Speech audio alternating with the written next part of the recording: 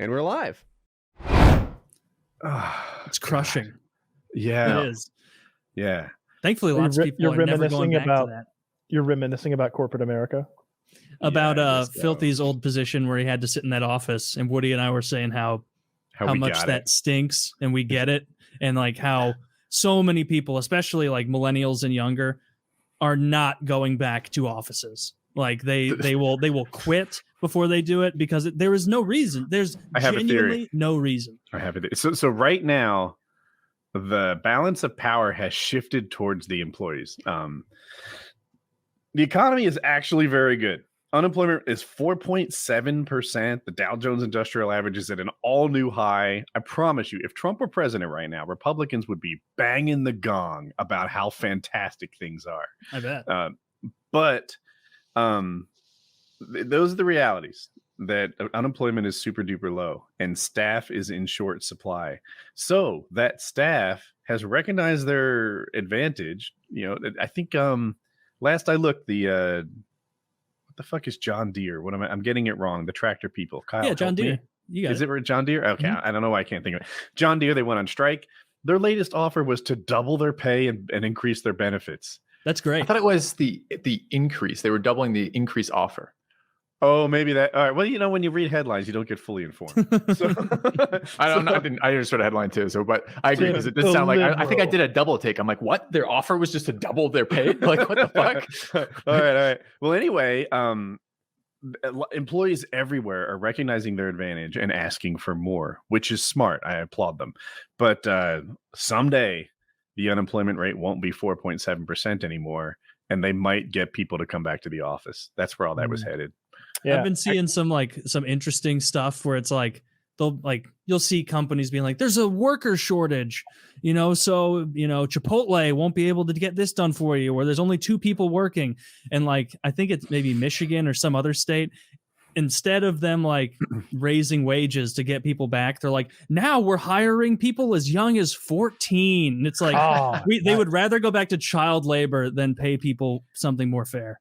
Specifically, 14-year-olds weren't allowed to work past a certain time of day. I don't know what it is. In New Jersey, I know it's 11 because it impacted me. It's just because the motion sensors can't spot them. They're too small. Yeah.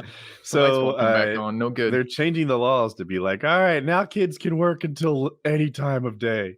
And it's like any number of hours. Forget the 12-hour day. Ooh, is that going to be good for the film industry? I didn't consider that. So there's going to be a bunch of like new Die Hard movies coming out with like a 14-year-old star. No. But like whenever you've got a kid in your movie, like it's a real problem. Like dealing with. That's why so many twins end up being like child actors, and because you get to work them for twice as long. Yeah, and the director gets access to 2 children now. Yeah, that was good. Or producer, whatever Weinstein was. There needs to be a word for menage a trois that involves 2 children. Oh, it's a fucking felony. Going to jail. Call that an ice cream sandwich. That is pretty absurd, though. Just being like, yeah, we're not raising our pay. We're just gonna start hiring 14-year-olds. A pet a trois, all right. Which I do not. That is a corporate friendly way of dealing with that problem. Pet-a-trois? I know we can't gloss over that Zach came up with. Woody asked, "What do you call a 3-way with 2 children?" And Zach said, "A pet-a-trois." It's a sick line. Pet-a-trois. He's great at producing your show. Fills in the blanks. That man has 3 children, folks. All 9 months apart. Yeah, fixes more than tech issues. Hot load. What was I gonna say? I lost my train of thought. Anyway, about whatever. The kids. I like that employees are sort of pressing their advantage and getting what they can. Yeah, they should. In some ways, for the anti-work, like I'm here, I feel it. Like I'm here for it. I like it. In some ways, the anti-work, it's like, you got a little anti-ambition here. I never see anti-work people being like, you should start your own business. You should buy some houses, fix them up, flip them. There's a lot of money to be made in this. If you little sweat equity will help you build your wealth. And it takes a lot of capital to flip houses. It takes like none. Like at least my friends do it with none. They I mean, you use have to other get people's approved. money, first time homeowner, no down payment stuff. I try not to dox anyone, but it's like I think once you get it rolling, it rolls quite easily, and there's a lot of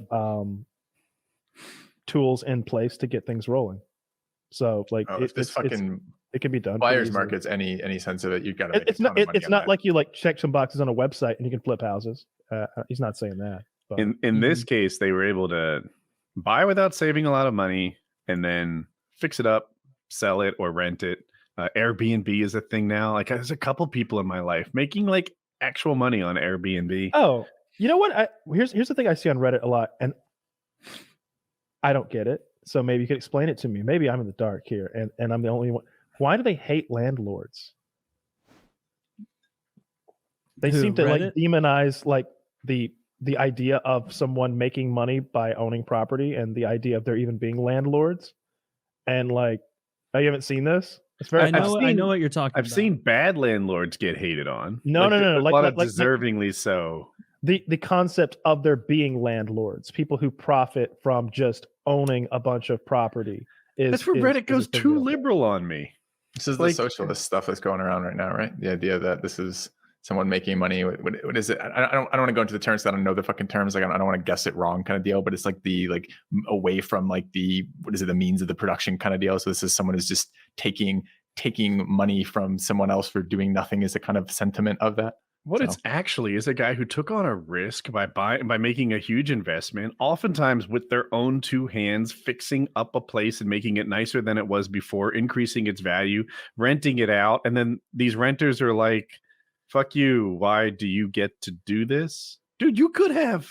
This is available to all of us, especially if you haven't bought a home before.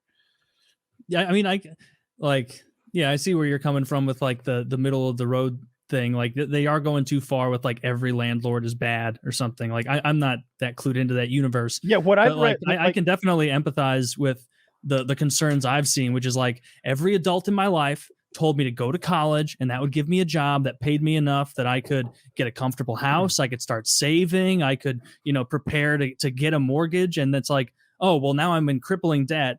This degree every adult in my life told me to get is no longer as valuable as it was when they got it. And I'm being told, oh, well, sorry, you're up shit creek. You better go work at Domino's with your, $35,000, $40,000 in debt. So I had a different when I finished sort my of undergraduate degree. All right, so I want to hear your feedback on this.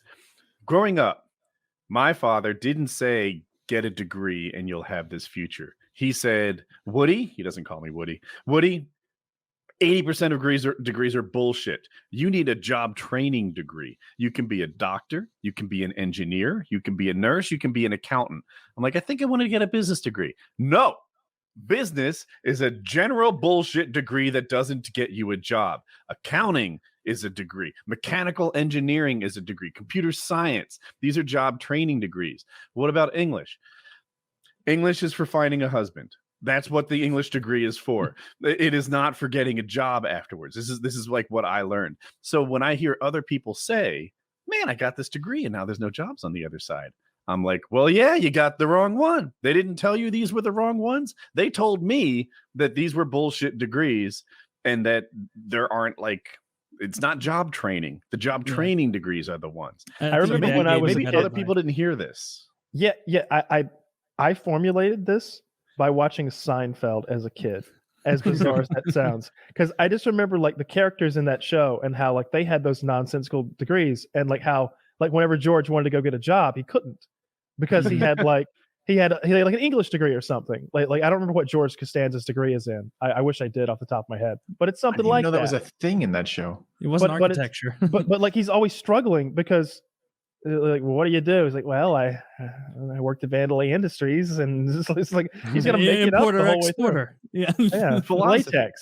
Philosophy is a degree that oftentimes lawyers take, and so you get a philosophy in your undergrad, but know that you're taking a giant risk. If you don't actually get accepted into law school and then pass law school and become an attorney, then you don't have then you basically you ruined it. You chose a degree that doesn't get you a job. That's what philosophy is. Oh, are you philosophy? Great. I'm sure. No, I have a psychology degree, undergraduate psychology degree, which was almost useless for me when I finished finish my undergrad. There are a lot of therapy degrees that are similar, and I might be off on this, but I think I'm on target. Like if you finish with an undergrad and you want to be a physical therapist or occupational therapist or something like that, you can't get a job. That some jobs require masters, and I think psychology is one. What's interesting? There was stuff I could do, but almost nothing was particularly well paid, and almost none of it was particularly interesting work either for me. So it was like I had to go back and get my graduate degree before anything would open up. Some jobs need so that. one thing that's always been interesting to me, like you mentioned the two kinds of degrees. Now you can't really pull like a Frank Abagnale Jr. and just go become a doctor or become a lawyer, because those are like job training degrees, like you said. Like even in that movie Catch Me If You Can, like he thinks it's cool to be a doctor until like that kid comes in all fucked up and he's like vomiting in the broom closet because he saw a skint knee. He's like, oh wait a minute. Wait a minute, I can't be a doctor. This is dumb. And then he goes and pretends to be a fucking lawyer. And but like you can't do those things. What you could do is like any of those jobs that require like a business degree. It seems like, why can't you just get a fake diploma? Like what if you just like printed out a fake business? Like I don't know what kind of job May requires. as well try. Like you're getting one of those. It isn't. Is it a crime? To print out a fake business degree, there's no way that's a crime. There's just no way. There's whole institutes devoted to exactly that. All right, but it's signed by the Ronald McDonald House. So here's my thing. It seems like University of Georgia prints out like I don't know how many of those a year, those diplomas. So why can't I, as a private individual, print myself one out? I have like it is what gives not them the right? illegal to buy or make fake diplomas. It is fraud if you try to pass them off as real. But they won't know. It'll be so good. All right, so let's talk about the fine print. This is not real. Because the way that you check to see if a diploma is real is like a bouncer checking your ID. Like you hold it up. But It's got here's like the a thing. business with a Z in it. Here's the thing. Let's I say remember that you're business having an S in it. Yeah, that was like, it must have been a different timeline. all right. Let's assume you're applying for some sort of middle level management position at like some. It doesn't matter what company. Your job is going to be like managing people in an office scenario, perhaps, and you need this degree, that you are going to fake. Are they really going to like fucking like check it out really, or like call anybody, or like scan a fucking barcode? I think they're just going to be like, oh, okay, you got your degree from blah blah blah, and you were here for this number of years, okay, and Here's my guess. I think if you go to a big enough company, if you're working for Pepsi or Cisco or Facebook, maybe then they check you. If you're working for someone small, then they don't. Yeah, I would imagine, and it'll probably go by like whether or not you're doing your job. Like if you're faking it and you truly have made it, and you have no idea what you're doing. That's where the genius comes in of picking a job that you can do, but also that like your business degree would cover, your fake business degree. Like you wouldn't become a doctor or a lawyer. You're anti-switching someone's dog out without their knowledge, but you're pro hiring someone who doesn't actually have the right degree. Yes. You're okay with switching a degree out on someone? Just I'm tracking Absolutely. on these. Absolutely. I'm glad you're keeping up. But no, you're also willing to send me that link still, right? Yeah. To buy the juice. If I'm being honest, I'm not going to send you the link, but whenever this is published on Saturday, you can just go in the description and you can look it up yourself. Look, he doesn't have the skill set. He's been lying about this skill set the entire show. Actually, that is true. Kyle's is the worst copy paster I've ever met. Yeah, I don't know. Bad. Right. I've been teasing about it for 10 years. Yeah, Control C, Control V. I don't get it. It's can't wrap it around my head. He pushed back. Like, no, Woody, I'm good at it. I feel like now he's come to accept that he's actually slow at copying. He was still right click. Oh no, until a year and a half ago. I got fed up with it. I got some pedals under my desk. One of them is Control C. One of them is Control V. I'm the fucking Control copy paste master. Yeah. Like it's one of the pedal. I just step on it and it injects me with something, and then I'm happy again. All right, so Kyle, you walk in. You're past the hiring process at this company. You're a businessman now, at least Vandalay as far Industries. as they know. Vandalay Industries. You go into their. Let's say it's fucking. I don't know, pick a company you'd like to work at. And then what's the idea that you would come to the floor with where they'd go, man, this guy, he's not lying at all. Definitely. Like he knows, like if you're working that's how they think about it too. Chipotle, you go into the Chipotle board meeting, you need to have an idea. Day one, they're calling on you We need to revolutionize our What business, if our Mr. product Myers. didn't make someone need to Guys, immediately hear Oh, me out. shit? If we I put would enough I would ask. Here's what I would do. I would ask for some. They want to revolutionize Chipotle. We need to take Chipotle and totally flip it on its head. Okay, You know so how what they I would have- do is I would ask for at There we least go. I would need a day to come up with my proposal at least, right? Of course. Mhm. They can't expect me to just had this like ad libbed. Then I call my friend that works at corporate for Chick-fil-A and I get her to do my work for me. Oh, And I turn so you're that like in. a Because double she's- cheat. Yes, double cheat. Yeah.